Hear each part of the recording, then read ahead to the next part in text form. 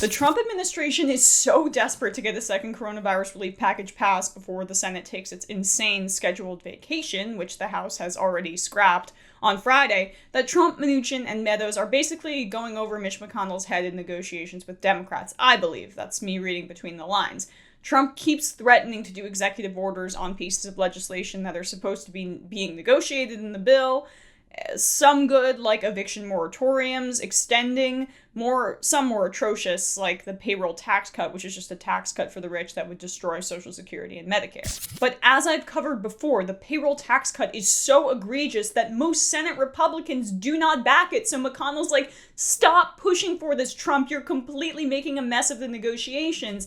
And you can tell by the tone of Senate Democrats that they think they're winning on this, popular opinions behind them, and also the Republicans are a mess primarily because of Trump being so impulsive and terrible. There are lots of things that we're still divided on, and we're not close to an agreement yet, but we are making progress, and I'm hopeful that we can get to an agreement. Anyone catch Chuck Schumer's negotiation sign? Oh, Jesus. Great prop, dudes. Trump is making a mess of negotiations by continuing to push for that payroll tax cut that will never pass, and McConnell knows it. And he's also giving in, and this is a great thing, Trump is, to Democrats on their insistence that unemployment payments not be reduced. He's not giving in fully yet, but he's inching towards it, Trump is. So beneath McConnell's monotone exterior, he's got to be pretty furious. The Republicans are not united. And that is both a good and bad thing for this bill and for humanity. The lapsed unemployment benefit is a major sticking point in the talks. Congress in March approved a $600 weekly federal benefit for people who lose their jobs on top of whatever state unemployment offices pay, but that enhanced payment expired last Friday. The millions of workers who had been receiving it are now in increasingly desperate straits as the economic recovery has stalled and deaths from the coronavirus continue to rise in a number of states. In negotiations on Tuesday, Trump administration officials proposed reducing the figure to $400 weekly through early December, according to two people with knowledge of the talks. The offer was first reported by Politico. So that's different than what Republicans are saying in the Senate.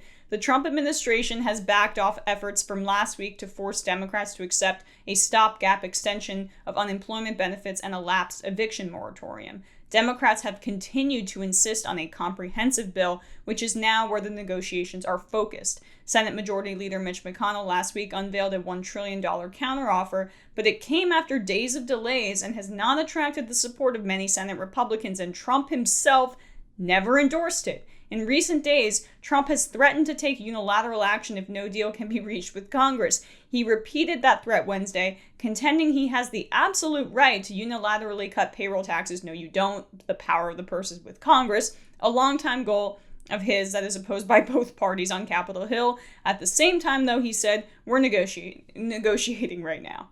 They are all over the place. They are all over the place. And Trump, because he's so desperate about this re-election bid, and doesn't want people thrown onto the streets, that's the only, by the way, it's not like he cares about them, it's just about himself.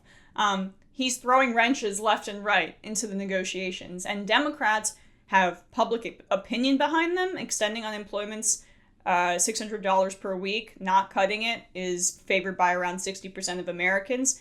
They have that, and they have the unpopularity of the president behind them, and they have his incompetence and his impulsiveness and his inability to connect with McConnell on this. And I think it's showing. Republicans are getting increasingly desperate, and hopefully we'll have a bill that's marginally better than the atrocities that the Republicans would propose. I mean, the HEROES Act was mixed bag anyway. The CARES Act was atrocious, so we'll see. But hopefully Democrats can hold their ground on these minimal protections for workers, like unemployment benefits and eviction moratoriums, and by the end of the week, maybe they can use Trump's incompetence against him effectively. The Democrats, maybe they can do something right for once. Oy, oy, oy.